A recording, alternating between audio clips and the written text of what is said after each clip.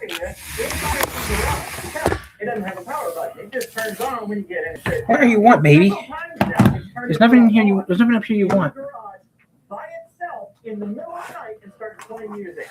So now I lock it when I get out of it to keep it from doing that. This has rear auto brake, which I now turn off every time I get in the car because just about every other time I back out of my. I'm trying to get some work done. I can't get more work done because you're doing this. Seemingly nothing. A weed? I don't know. It still does it when there's no weeds there. So I turn it off every time I get in the car now. It means tensing up, waiting for it to scare the crap out of me. There's something wrong with the steering. It's very. What do you want, baby? Intermittent, but it is there. So on mostly straight stretches of highway like what I'm on right now, most of the time I can freely make minor adjustments to the wheel back and forth with no resistance. But sometimes What do you want, baby? it gets kind of stuck in one spot. And I know I need a shave, but I don't know what you want. Breakaway torque in order to move it off of that spot. Feels like it's stuck on a catch point. So I'll push, and then it'll suddenly let go and snap to the left. It's nowhere near that violent. It's a lot more subtle than that. And like I said, and it hasn't even happened today. I don't know what you want. You never liked this. 2777. This happens with lane keep assist on or off, and my car isn't equipped with the pilot assist package, so it's not active lane centering either. Proximity to service centers is another issue with this car. You want to go outside? Polestar Service Center is in Columbus, Ohio, 470 miles away. And no, before you ask, all the dealers are not allowed to touch Polestars at all. At the very least, Polestar pays to have my car shipped out every time I need service, but that's still really annoying. The last time I had it sent off, it was gone for 3 weeks. Thankfully, I've only had to send it off twice. The first time was for a 20,000-mile service where they checked the coolant levels and, I don't know, told it it was a good boy. And the second time was because of something I did. I was going around a low-speed corner, got distracted by a message on my watch, and then obliterated a curve. I gouged this wheel pretty deep. It goes from here all the way over to here. I gotta do something real quick so the camera's covered. And I gouged the sidewall of the tire. The tire was fine because I was already in need of a new set of tires. So I looked at the set of tires every way, and then I sent it off to Ohio. To a service center for a wheel line because no one local would touch it anyway. That turned out being okay because all I had to pay for the wheel line, I did the wheel alignment. Turned out this rotor was also warped in the incident, and they replaced both front rotors and pads under warranty, which was a nice surprise. And now I think I need to send it back for service. Right after the incident, it started making a noise coming from the front end. It kind of sounds like tire noise, but I can't really be sure. And that noise has persisted through the new tires and through the alignment. So I think this wheel is bent. I'm not really sure, but I don't know what else could be. On top of the noise, there's also a very slight wiggle in the steering wheel, and this rotor's warped again. And it's not like I warped it from use. I barely use the physical brakes on this thing. I've got one pedal drive on all the time. This video is brought to you by ShipStation. Not that kind of ship. ShipStation is a website to handle all of your shipping needs from one website. About a month ago, when I sold these engraved plaques, and last year when I sold these other engraved plaques, I used ShipStation to handle all the shipping. The orders came in through Etsy, and they went straight from Etsy into ShipStation, where I can handle all the shipping. I could print the labels, buy the labels, all in one place, and it was just click, click, click, and it was done. I could batch these things out real quick. When I did this most recent batch, I shipped out over 450 of these plaques in 2 days. I don't know that I would have been able to do that without the efficiency of ShipStation. And it saved me money. I ship both of these with flat rate envelopes through USPS. If I would have bought those through USPS, the shipping would have cost a little over $10 nationwide. But through ShipStation, it was a little over $8. About 20% savings, which really adds up over 450 orders. 600 if you have both of these together. And there's also ShipStation features I haven't even taken advantage of. Broke it. The ability to easily cross-shop shipping quotes. That was hard to say. And the ability to print custom shipping labels. Shipping shouldn't be an upstream battle like this barge buying. Yeah, I could not mention it. So you should use ShipStation. Worry less about your bottom line when you save money with ShipStation. Go to ShipStation.com/agingwheels to start your free 60-day trial. That's ShipStation.com/agingwheels. And thanks again to ShipStation for sponsoring this video. Big shout out to Polestar for this feature. The high case of charge or other scenarios when regen is either limited or completely unavailable, one pedal drive does not change. If regen is unavailable, the car will automatically apply the physical brakes for you. And the transition between regen and physical brakes is so seamless you can't even tell. I think this is brilliant. All EVs should do this. If you, like me, drive with one pedal drive on all the time, suddenly having the car not slow down when you let up the throttle can be a bit alarming. Not in the Polestar. And you may be wondering, if the transition between the two is so seamless, how can you even tell that it's doing that? Well, because right now I got a work rotor over there, so it's real obvious. Range is a pretty meaningless metric for the real world. You rarely charge an EV up to 100%. You basically never drive it down to zero. So total range doesn't have much bearing on real world use. When we talk about ICES, we don't talk about them in terms of total range. We talk about them in terms of efficiency, miles per gallon. And we should talk about EVs the same way, miles per kilowatt hour. Unfortunately, the Polestar gives this metric in kilowatt hours per 100 miles, which is not a unit I particularly like, so I'll do the conversion for you. This is not an efficient car. In the summer, with the AC on, I can expect to see between 35 and 38 kilowatt hours per 100 miles. When it's really nice out, say between 50 and 70 degrees Fahrenheit, when the climate control is doing basically nothing, I can expect to see between 33 and 36 kilowatt hours per 100 miles. In the winter, between, say, 20 and 40 degrees Fahrenheit, I can expect to see between 38 and 40 kilowatt hours per 100 miles. The worst I've ever seen is 50 kilowatt hours per 100 miles, driving through Kansas at 80 miles an hour with headwinds, and the best I've ever seen is 31 kilowatt hours per 100 miles on a particularly nice day where my highway driving was kept to a minimum. Here's the best total range you can expect from the efficiency ranges. The EPA-rated range for this car is 249 miles. I have to assume that rating was given with the smaller aero wheels because that number is total fantasy.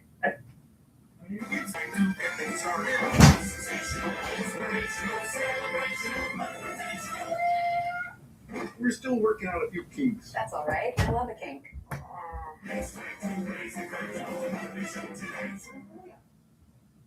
Golden Oreo Cakesters. We decided to show off our sauce. What? AAA auto insurance. Team Health members find a smart plan that you get the smarter price. Get your whitest smile for 12 months with just one hit of Crest 3D White Strips. This smile for a year? Yes, this smile for a whole year. Whoa. Get your whitest smile with Crest 3D White Strips. President Stanley is in full swing, and here are 5 deals that caught my eye. This one's got storage, cup holders, and it reclines the whole way. Love this, modern and cozy. Genuinely one of the most comfortable pieces of furniture I have ever sat on. This has me at swivel. We got the kids Sealy mattresses, and they love them. Plus, this one comes with a free adjustable base. Those are just a few of the deals waiting for you at Slumberland, so hurry in and grab your favorites before they're gone. As you likely noticed from those numbers, winter range isn't even a consideration in this heat pump equipped Polestar. I've seen much bigger hits from headwinds. But that's not to say winter range is a total non-issue for all the EVs. If you look at the countries with the highest percentages of EVs, they're all warm countries. In fact, the top 5 countries with the highest percentage of EVs in terms of market share in 2021 are in order: Norway, Iceland, Sweden, Denmark, and Finland. Warm countries. Speaking of range, I'm up on a levee you can see for miles. And this car gives me 4 different range estimates. The first one is in the driver's display, the one that's prominently displayed to you. That one is based on the EPA rated number, and it doesn't change based on conditions or anything. It's just an EPA rated range of 249 miles, which is bumped, multiplied by the state of charge percentage of the battery, rounded to the nearest 10 miles. This number is meaningless. There's one over here that calls itself projected range, but it's hopelessly pessimistic. These two numbers right now are 30 miles apart, but I've seen them as much as 70 miles apart. The third number comes from asking it, how far can I go on my remaining charge? You can drive for about 136 miles with the remaining charge. Yeah, right now this says 140, that says 110, and if I ask it, it says 136 miles. And the fourth number is the one that I actually rely on if I need to know whether or not I can make it to places. It's in Google Maps. When I enter in a destination, it not only tells me an estimate of my arrival state of charge, but also my state of charge when I get back. that's the number that I rely on. Everything else is just fluff. Oh, wow, look at that house. Those are people that are not afraid of a little bit of flooding. Road trips. I have been everywhere in this car. Delaware, Chicago, Bowling Green, Kentucky, Oklahoma City, Salt Lake City, Kaskaskia, Illinois. And doing all of this EV road tripping has taught me a few things. One, rapid charging infrastructure is frustratingly unreliable and super fragmented. I've ragged on Electrify America in the past, and their network could still use a lot of improvement, but thankfully it exists because otherwise I wouldn't be able to do these road trips at all. Tesla is starting to open up their supercharger network, but we're about a month in, and there's still only 11 stations open, and 9 of them are in New York, so that doesn't help me at all. 2, route planning in this car is phenomenal. It's Google Maps based, so I would expect nothing less. It tells me how long to charge at each stop, tells me what my arrival state of charge is going to be, estimated. It does automatic battery preconditioning. It handles all of it.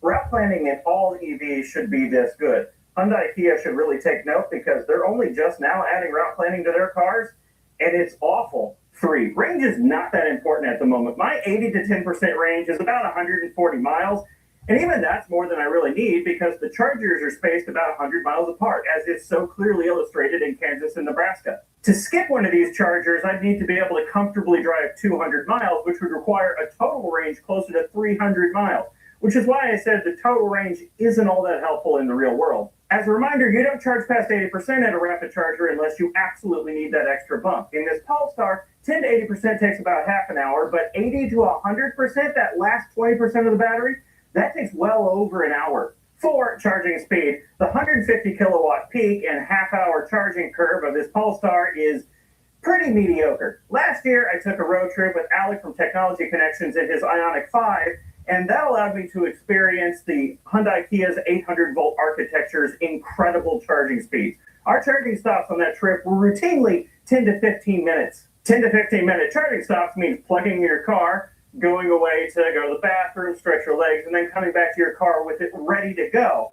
This takes half an hour, so I have to wait on it. Now, it's worth noting that the 2024 Polestar 2 refresh comes with a new battery and a higher peak charging speed of 205 kilowatts, which is nice, but U.S. market dual motor cars are not getting that new battery, so it's going to be 150 kilowatts for a while. If I had to change anything about this car, it would be to have faster rapid charging ability, and I really wish it had the Pilot package. I ordered this car without the Pilot package because of availability reasons. I couldn't find a car with all 3 packages, so I had to pick 2 of the 3, and the one I decided to go without is the Pilot package.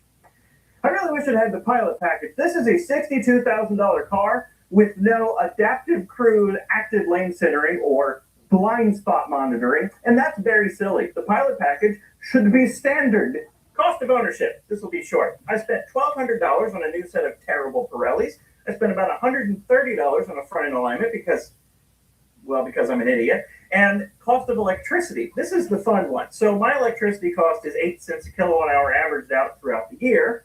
And assuming 2.5 miles per kilowatt hour, which is worse than I typically get, but that'll account for charging losses, I spent about $1,230 in electricity.